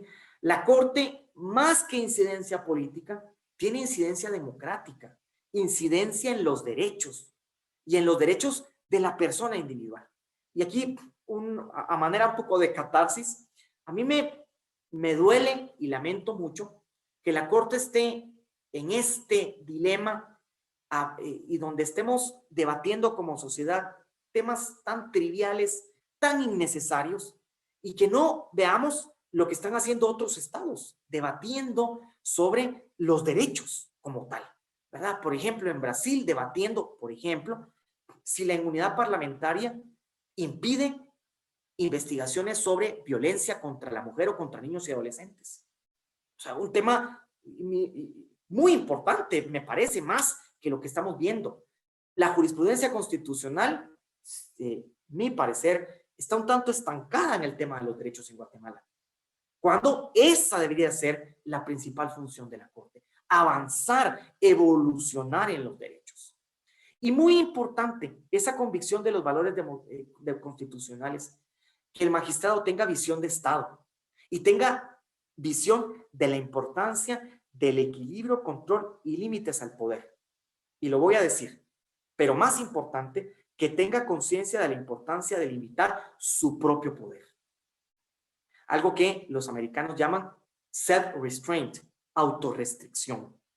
Que el magistrado tenga esa capacidad de saber qué materias son constitucionales y qué materias son evidentemente políticas y que no le corresponde a la Corte resolver. Y dónde la Corte deja de ser árbitro y se convierte en jugador. Es muy importante. Y aquí no estoy aludiendo a nada ni a nadie. Es simplemente que un tribunal como este, que tiene la última palabra, tiene que ser muy ponderado, muy prudente y muy mesurado en sus sentencias. ¿Cómo valorar si hay convicción en los derechos humanos y en los valores constitucionales? La hoja de vida, los antecedentes personales y, muy importante, la entrevista personal. Esto es crucial, la entrevista personal. ¿Sí? No sé, tiene mucho que ver, ¿verdad? El poder debatir con esta persona. No preguntarle dónde estudió, si eso está en la hoja de vida, sino preguntarle cuál es su visión del Estado, cuál es su visión de la jurisdicción. Si dice aplicar la ley, yo ya dudaría, porque eso no es para un magistrado de la Corte. Es decir, hay mucho que ver. En un foro anterior de Guatemala Visible, otro docente, otro expositor, hablaba de las escuelas de la interpretación constitucional. Preguntarle, ¿cuál es su escuela de interpretación constitucional? Y si ni siquiera sabe que existen escuelas, yo entendería que ya no es apto para el cargo. Es decir, hay mucho que ver. Bueno, voy a ir a la última parte y voy a ir muy rápido, si me lo permiten, para hablar un poco sobre los procesos que están llevando a cabo los 5 órganos. Y voy a ir rápido, no para hacerlo más simple, sino porque aquí, con el permiso de Guatemala Visible, voy a utilizar las imágenes que ellos han utilizado y que son muy didácticas en este sentido. Lo primero que voy a decir, aquí están las fechas, yo no lo voy a repetir porque eso está en Twitter, en las redes, para comentar un tema muy importante que a veces causa duda. ¿Por qué estos 5 órganos no aplican la ley de comisiones de postulación de entrada? Algunos la aplican supletoriamente, algunos la aplican en algunos aspectos, otros, como sucedió en la elección anterior, parece ser que va a suceder ahora, ni siquiera van a ser convocatorias, ¿verdad? ¿Por qué? ¿Es válido eso? Desde las normas de la Constitución, sí. Los abogados siempre hablamos mucho de la jerarquía normativa, por eso lo hice en forma de grada. Y si ustedes se dan cuenta, en nuestro sistema jurídico está arriba, están los tratados internacionales, pero para el tema que, junto a la Constitución, pero para el tema que nos interesa, lo voy a simplificar. La Constitución, por debajo de la Constitución, las leyes constitucionales, donde está la ley de amparo, y por debajo de las leyes constitucionales, las leyes ordinarias. Y una de esas es la ley de comisiones de postulación. Entonces, se aplica la ley de comisiones de postulación si es que la Constitución delegó en una comisión de postulación la designación del funcionario. Y como vemos, la Constitución no lo hizo así. La Constitución no delegó en comisión de postulación, sino directamente en órganos electores. La ley de amparo no hace sino repetir el texto constitucional. Por ende, la comisión de postulación no puede invadir esferas que la Constitución ya reguló. Y por eso, si ustedes se dan cuenta, el artículo 1 de la ley de comisiones de postulación limita su ámbito de actuación a aquellos funcionarios respecto de los cuales la Constitución exige comisiones de postulación, o la última frasecita, y cualquier otro que fuera designado por intermedio de comisiones de postulación. Como los magistrados de la Corte de Constitucionalidad, ni la Constitución ni la ley de amparo lo regularon así, pues la ley de comisiones de postulación no tiene aplicación automática, por así decir, en el proceso. ¿Pueden los órganos designantes aplicar algunas fases del proceso de la ley de comisiones de postulación? Sí. Pero ¿pueden los órganos designantes no aplicar ninguna fase, ni siquiera la convocatoria pública? Yo diría sí. ¿Verdad? Porque la Constitución confió en los órganos, ¿verdad? La elección. Aquí habría que ver principios como el de transparencia, publicidad, que exigirían, por lo menos, conocer cuál va a ser el método de designación. Yo creo que eso sí se podría, pero tendría que ser por vía de acciones legales y que la Corte misma interprete la Constitución y la ley de amparo para que ordene, ¿sí?, a un órgano hacerlo público. pero como están las cosas ahorita en Guatemala, no habría nada que jurídicamente le obligue hoy en día a un órgano a hacer público el proceso y a publicitar su mecanismo o procedimientos. Voy muy rápido en esto. El Congreso de la República va a hacer un proceso en principio público, un proceso bastante hasta el 22 de febrero para presentar expedientes, ¿sí? Y posterior a eso es el pleno que con mayoría absoluta, misa más uno, va a elegir, ¿verdad? Entiendo que este es el procedimiento. En el proceso anterior sí hubo una especie de comisión de postulación que era pues, designados por los partidos políticos que perfilaban una lista al pleno, pero al final de cuentas el pleno no está vinculado por las listas que se le presenten, ¿verdad? A Francisco Pérez, que siempre lo escucho, yo también escucho aquí radios guatemaltecas, espero que ya le haya respondido la pregunta que hacía, ¿verdad? Perdón, uy, me estoy saliendo, ¿sí? Muy bien, ahí está, ¿verdad? Entonces el pleno al final de cuentas es el órgano soberano que decide no solo el procedimiento, el mecanismo, sino que al final de cuentas decide a quién elige por mitad más uno. ¿Qué exigencias habrían para el Congreso? El 154 sí exige que haya convocatoria expresa. No convocatoria para los interesados. Esta convocatoria para los interesados que publicó el Congreso es porque el Congreso lo quiso. Lo que la ley de amparo le exige es que se convoque expresamente a sesión a los diputados, sabiendo que en el orden del día se va a elegir a los magistrados. Este es punto, sí es obligatorio, ¿sí? Para que los magistrados estén enterados y si es de su interés, acudan ese día. Y que tiene que ser por mitad más uno, ¿sí? Del total de diputados. No puede ser por menos. Y de conformidad con la jurisprudencia, sobre todo ahora con las últimas sentencias, discutir la reconocida honorabilidad de los candidatos. El Consejo de Ministros, el presidente de la República en Consejo de Ministros, Guatemala Visible lo explica muy bien, se integra por los 14 ministros, más el vicepresidente, más el presidente, quien lo preside. Hay que tomar en cuenta aquí también que el Ejecutivo es un órgano, es una estructura jerárquica, de manera que si bien cualquier ministro o el vicepresidente podría razonar el voto y no estar de acuerdo, la propia jerarquía del Ejecutivo hace que yo nunca he visto un voto disidente respecto de un nombramiento de un magistrado o de otra autoridad. Pero 16 funcionarios. El secretario general de la presidencia solo firma, no vota, pero sí tiene que firmar para que tenga validez el acuerdo. Según dice, creo que, no sé si es de la hora el titular, me comí el diario, mil disculpas, indica que la presidencia no hará convocatoria, yo ya lo refería y que era lo que preguntaba, y era lo que preguntaba Francisco, disculpe que le llamo por su nombre, yo soy Julio igual, lo que preguntaba es no una institución exigiendo que la transparencia y publicidad de los actos públicos en un sistema democrático sí lo hace necesario, pero tendría que ser vía orden, ¿verdad? De la Corte, por ejemplo, que se exija esta convocatoria. El Consejo Superior va a llevar bastante parecido, por así decir. Perdón, esta es la Asamblea del Colegio de Abogados, perdón. Las planillas se inscriben, yo no sé si hay inscritos, ya no he visto mucho el Twitter. Luego se convoca a los abogados a un día y hora para la elección y por mayoría simple de los electores. Y esto lo dice muy bien el 155. Es mayoría absoluta de los miembros presentes en el acto electoral. De manera que de los 40,000 siempre hay una abstención muy grande, depende quiénes hayan votado por mitad más uno de los que hayan votado. Yo me equivoqué con la foto porque la foto debió ser del Consejo Superior, bueno, pero ahí está, ¿verdad? En el caso del Consejo Superior Universitario, que ahora sí, ¿verdad? También hay una fase de convocatoria donde se entregan los expedientes.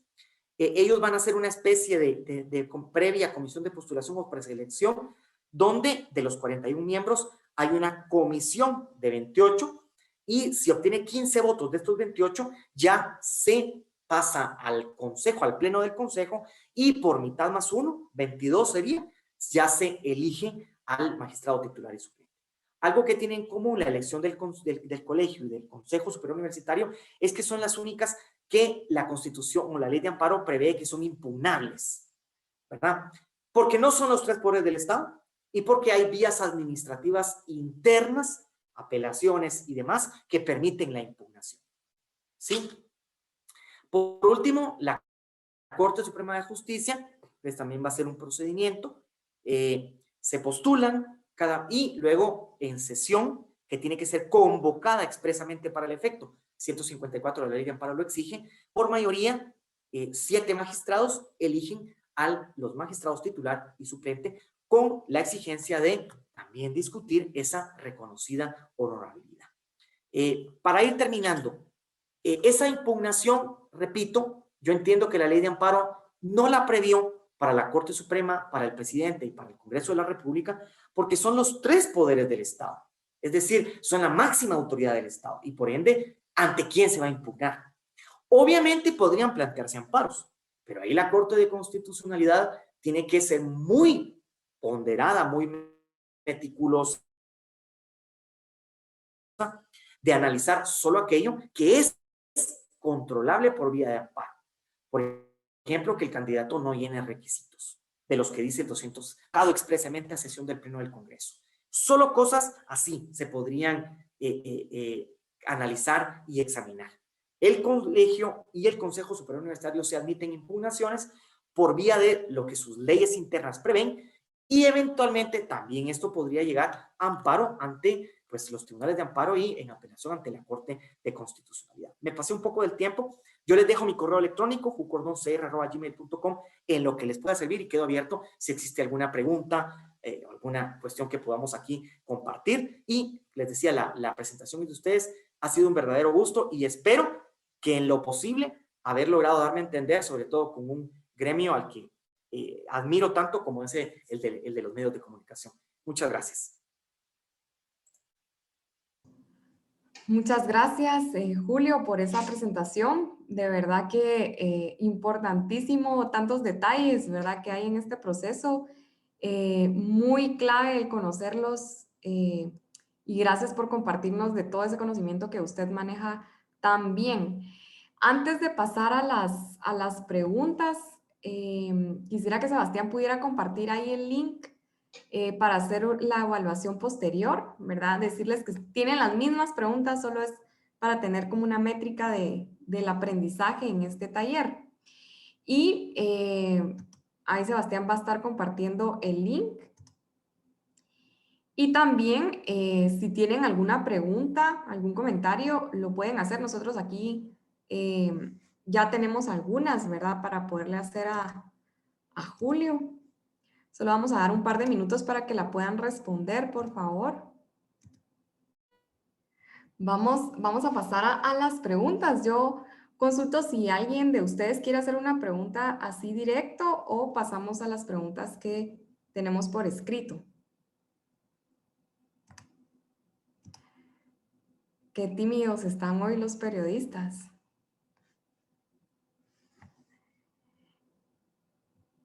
¿Nadie? Bueno, vamos a pasar con unas preguntas que tenemos aquí por escrito. Ah, bien, aquí levantaron la mano Francisco Pérez.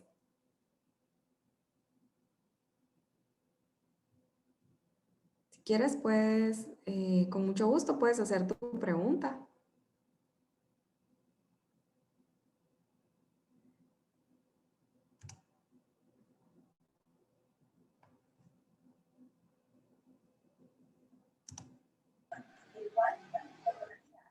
¿Ahí me escuchan? ¿Sí? Sí, solo quisiera conocer, digamos, qué sucede si impugnan nuevamente una elección como con el CANG, que hace poco sucedió ahora en este nuevo proceso. Y tengo entendido que las otras hay no impugnables, como la de los organismos estatales. ¿A qué se debe que tomaron esta disposición en ese entonces esas personas para que no se impugnaran, por así decirlo, estas elecciones o estas designaciones? Gracias.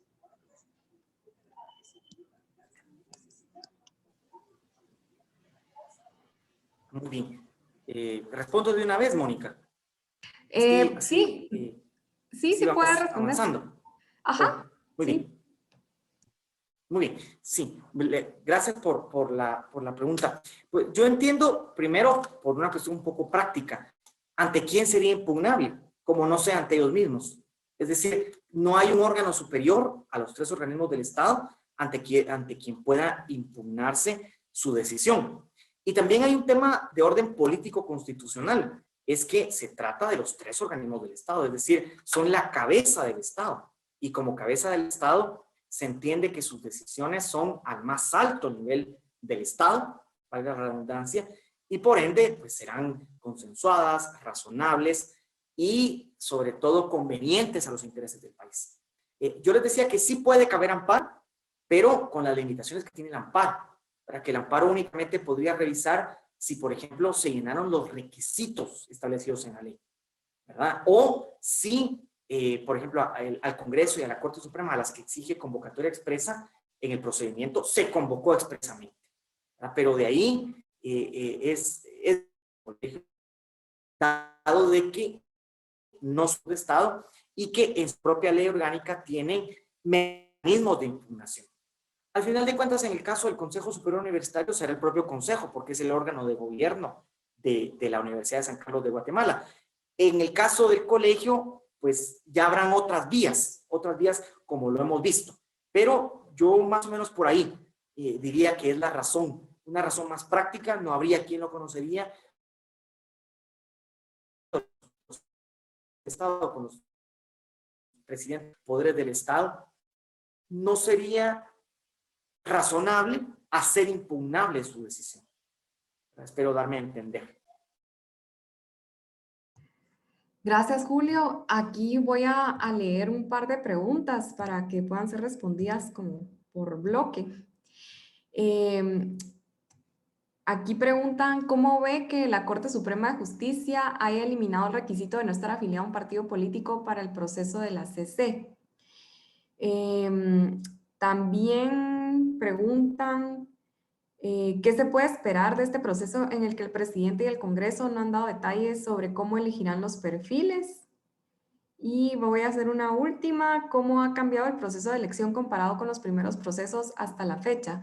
¿Se ha mantenido, ha mejorado o ha empeorado? Bueno, voy a comenzar con la última pregunta, que es, digamos, la más fácil de contestar para mí.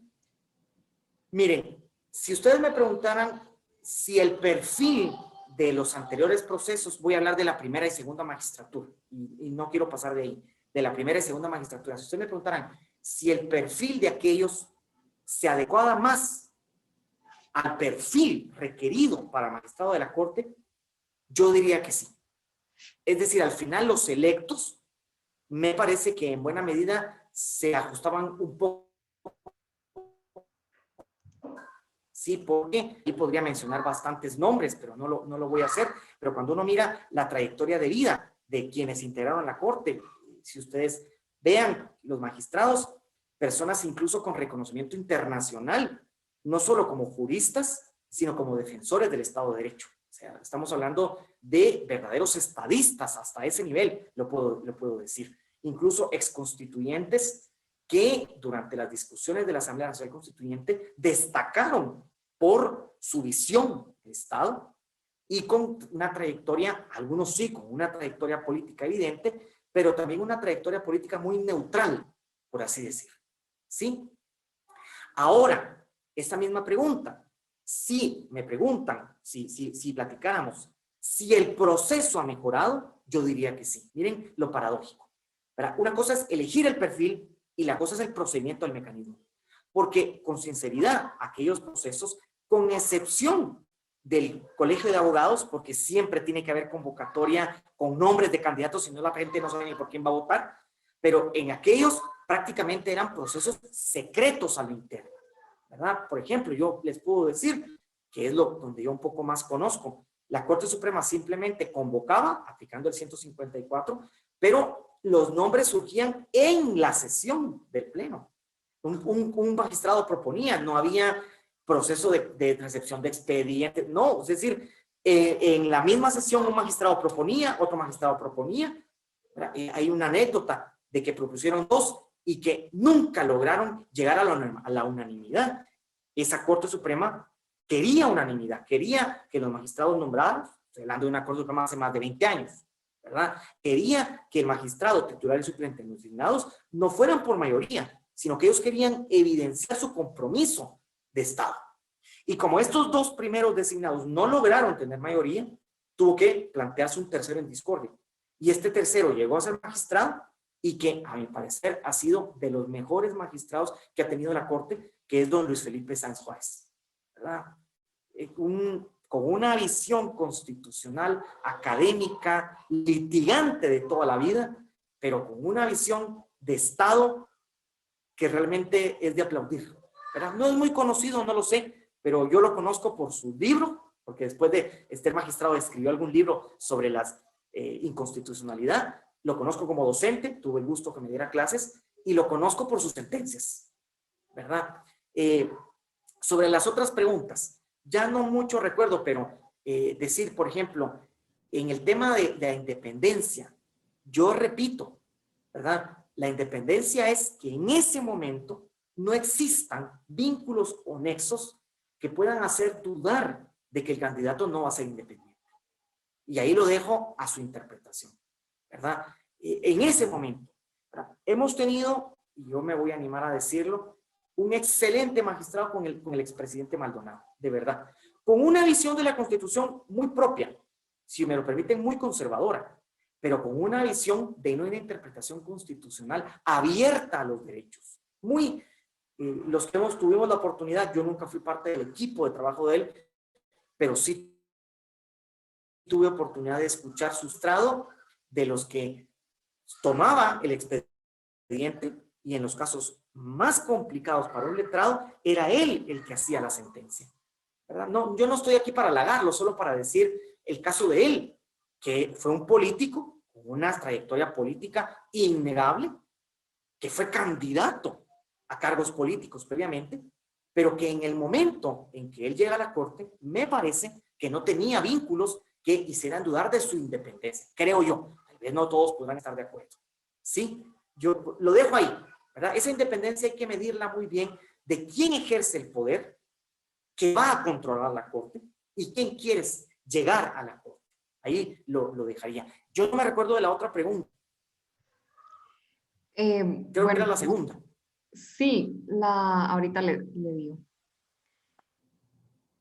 Sí, ¿qué se puede esperar de este proceso en el que el presidente y el Congreso no han dado detalles sobre cómo elegirán los perfiles? Y también aquí en el chat, Sergio Cegueda pregunta, ¿su criterio es necesario estandarizar el proceso de selección y no que cada ente nominador tenga su propio proceso? Bueno, yo voy a comenzar siempre por la segunda porque es más fácil que la otra. Yo no estoy tan seguro de estandarizar. Miren lo que pretendió hacer la ley de comisiones de postulación, y yo creo que lo que la ley de comisiones de postulación hizo no mejoró el proceso de selección de las Cortes, ¿verdad? No sé, voy a ser muy sarcástico con esto, no sé si porque los procedimientos son peores a lo que se hacía antes, o porque las personas, nosotros, la sociedad entera, no estamos comprometidos con la designación de funcionarios. No hablo solo de los comisionados, hablo de la sociedad entera, ¿sí? De la sociedad entera. Eso creo yo que hay que medirlo. La estandarización, es que la realidad es que, no sé, miren cómo estandarizó la ley de los casos, es poner puntos por tesis o por maestrías. Una persona, repito, que llega con 2, 3 años, sí. Y como las comisiones lo que están haciendo a partir de la estandarización que hizo la ley, poner puntos, la persona llega simplemente con eso. Publicaciones en un blog. No sé, yo no sé. Es decir, a mí me causa mucha duda esa estandarización. En todo caso, se la respondo. se la respondo. Creo yo que lo que intentó hacer los constituyentes, la Constitución, al no estandarizar el proceso, es entender que quienes asumieran las presidencias de los organismos del Estado era gente con visión de Estado. ¿Sí? Si estandarizar los procesos es, a nivel de la sociedad y del Estado, intentar componer las cosas, ¿verdad?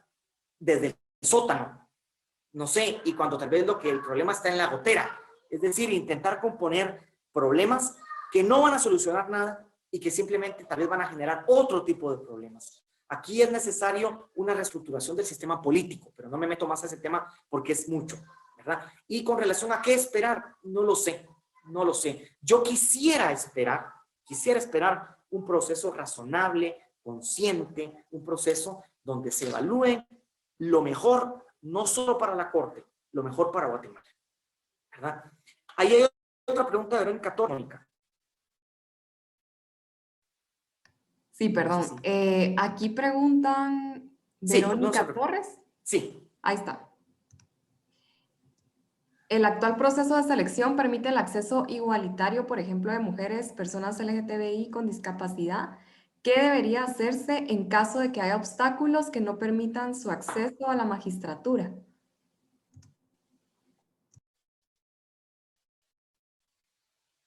Interesante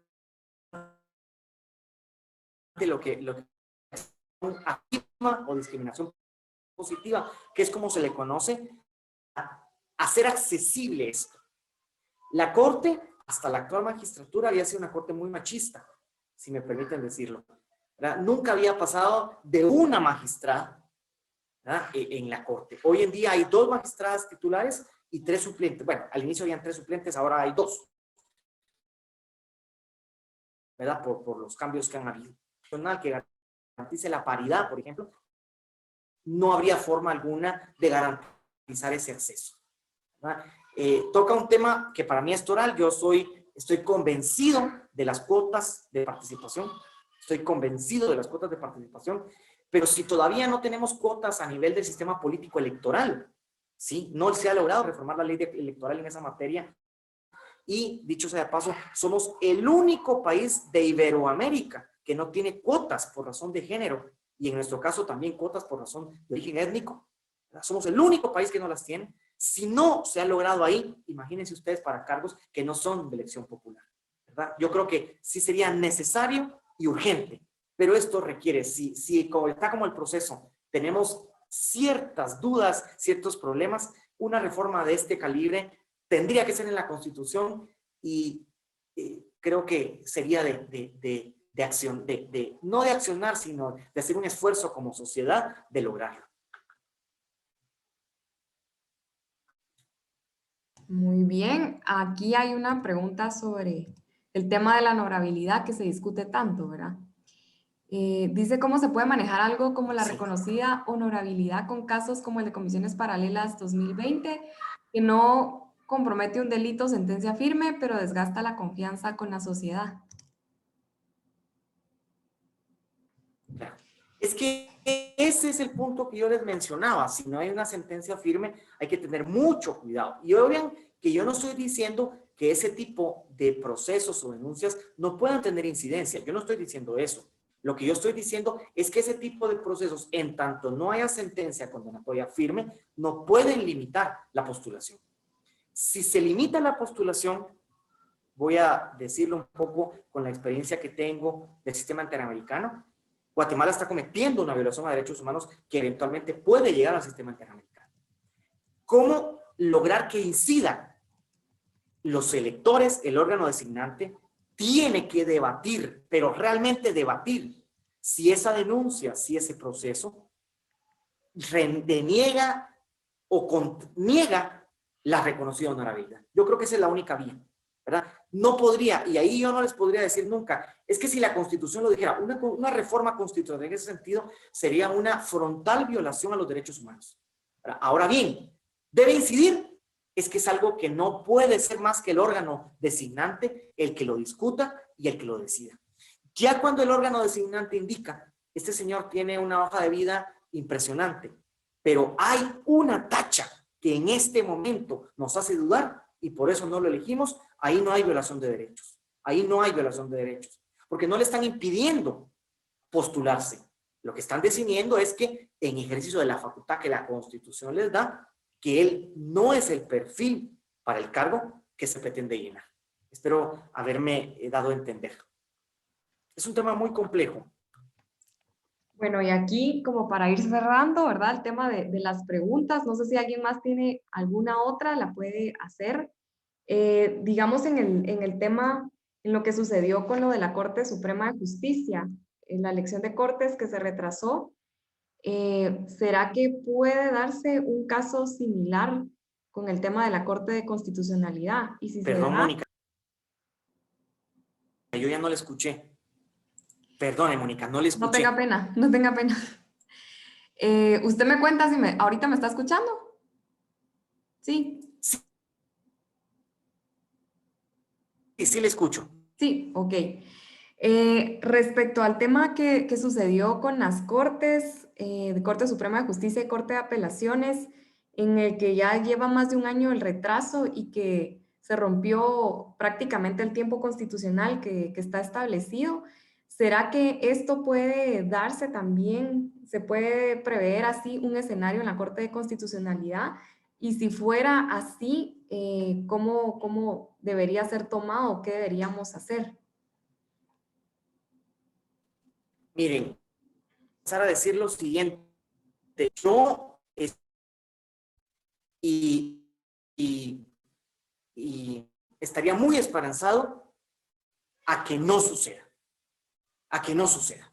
Porque eso sería desastroso para el Estado de Derecho. ¿Verdad? La alternabilidad en los cargos públicos es inherente al sistema democrático. Y que no suceda. Y si eventualmente sucediera, les quiero contar que en la práctica de la Corte hubo un caso un poco aislado que sucedió en, no sé, ya perdí el número, no sé si en la sexta magistratura, el designado por el Consejo Superior Universitario, se impugnó su designación. Se impugnó y esta impugnación, en ese momento se entendió que tenía efecto suspensivo, impidió que tomara posesión. Los otros toman posesión el 14 de abril, que es el día, y el del Consejo Superior Universitario no, el electo, sino que siguió en el cargo el anterior. Más o menos un mes y medio después se resolvieron las impugnaciones, todo se esclareció y él ya pudo tomar posesión. ¿Verdad? La solución, esperando que nunca suceda, sería que pues, la actual Corte no abandone el cargo hasta que sus sustitutos estén ya para tomar posesión. Ok, muy bien. Aquí pregunta Heidi, ¿qué interpretación se da cuando un diputado se postula a la CC? Entiendo que no hay impedimento legal, dice.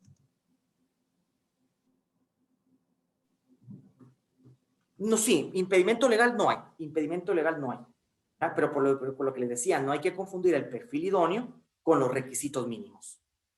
Y ahí es donde habría que debatir si alguien, ¿verdad?, que ejerce un cargo político actual es o no idóneo. Yo no quisiera ser tan absoluto y descartarlo de entrada. Habría que determinar cuál ha sido su trayectoria, porque sin decir nombres, ya en alguna oportunidad se intentó postular a un diputado en ejercicio del cargo y le quiero decir que había bastante esperanza que pudiera ser él por la calidad y por que tampoco no hay que descartar porque sea diputado. Por ejemplo, si es un diputado de oposición, yo creo que eso ya equilibra mucho la situación, ¿verdad? Pero hay que ver el caso concreto y sí se tiene que discutir. Se tiene que discutir si su actual cargo podría o no podría comprometer su independencia.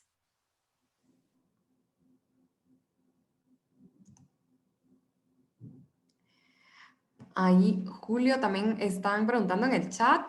Verónica Torres, ¿qué pasa si un candidato o candidata a la magistratura tiene denuncias en la PDH? O en otras instituciones, ¿verdad? Sí.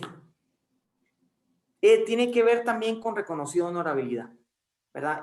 La denuncia ante la PDH, la sanción del Colegio de Abogados, bueno, salvo que lo inhabilite, ¿verdad? Pero hablemos de la denuncia de la PDH, no inhabilita y no limita postularse, pero es, repito, en la discusión de la reconocida honorabilidad donde hay que analizar, ¿verdad? Si ya yo, a veces, para comprender un poco la pregunta, una cosa es la denuncia y otra cosa es la censura o la sanción, ¿verdad? Del procurador.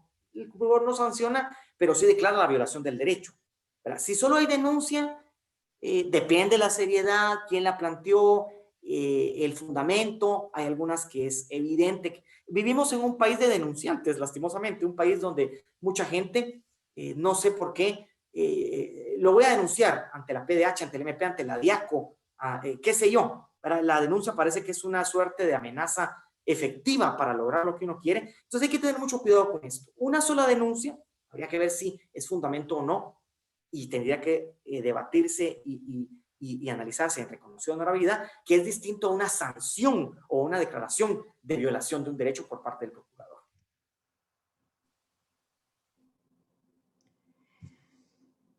Aquí Francisco también pregunta, ¿cómo se evalúa la honorabilidad? Opinión impopular, ¿solo la acusación basta o debe haber sentencia? Porque, pues si no ha sido condenado no habría problema, pienso, porque, y si al final resulta inocente.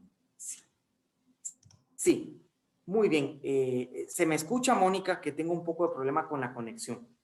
Sí, lo escuchamos. Muy bien. Sí, lo que decíamos, ¿verdad? Solo la denuncia, el proceso, que no ha llegado a sentencia firme, no puede limitar la postulación, pero sí tiene que ser evaluado. Ahí no podría nunca la legislación establecer, si tiene 3 denuncias ya no es apto, porque eso sería limitar los derechos. Yo les podría preguntar en el campo periodístico si alguno de ustedes ha tenido la mala experiencia de ser denunciado, y yo estoy casi seguro que más de alguno me dirá que sí. ¿Esto determina que no sean de reconocida honorabilidad? Alguien me dirá, no, porque fíjate que quien me denunció fue el director. Ahí está. O sea, es un tema de política, pero no todas son así. Sí, no todas son así. Tiene que ser evaluado al medirse, al determinarse la reconocida honorabilidad.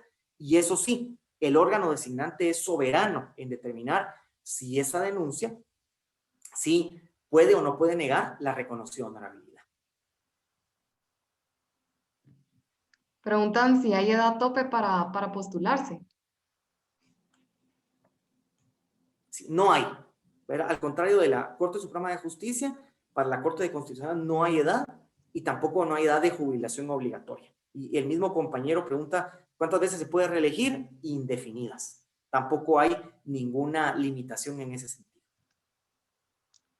Buenísimo, muy bien. Entonces yo creo que ya con estas preguntas vamos cerrando este taller sumamente enriquecedor, ¿verdad? Gracias a los periodistas comunicadores que pudieron conectarse, ¿verdad? Y siempre creo que estamos en un momento crucial para el país y que todos podemos poner nuestro granito de arena, tan importante las noticias, tan importante la información, lo que se genera en la opinión pública, ¿verdad? La información que ustedes comparten y trasladen es vital más en estos momentos, así que motivarnos los unos con los otros, ¿verdad? Que estamos ahí también un poco en la lucha de querer informar un poquito sobre estos temas.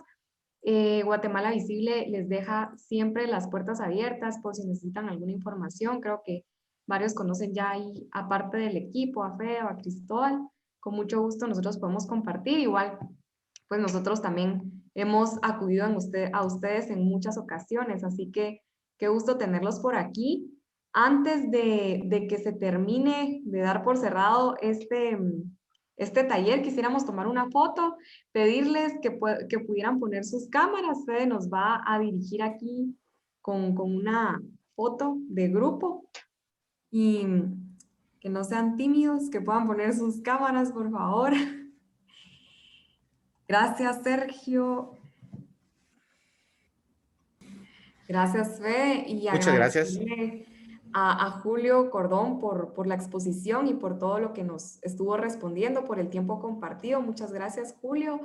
Gracias a GIZ también, ¿verdad? No hubiera sido posible esto también sin el apoyo de ellos, así que por ahí les vamos a estar haciendo llegar el diploma, ¿verdad? A su correo electrónico, también un material que se preparó, ¿verdad? Sobre este tema para que ustedes puedan consultarlo posteriormente a este taller. Les sirva ahí de refuerzo, y también les vamos a compartir la presentación de licenciado Julio Cordón. Y contarles, ¿verdad?, que vamos a estar teniendo próximamente otro taller para poder como profundizar un poco más en estos temas, pero también en las habilidades de comunicación, etcétera, para poder reforzar ahí estos temas. Entonces, con esto despedimos y damos el cierre. Les deseamos una feliz noche, que tengan un buen fin de semana, y cualquier duda, comentario, quedamos ahí a la orden. Muchas gracias.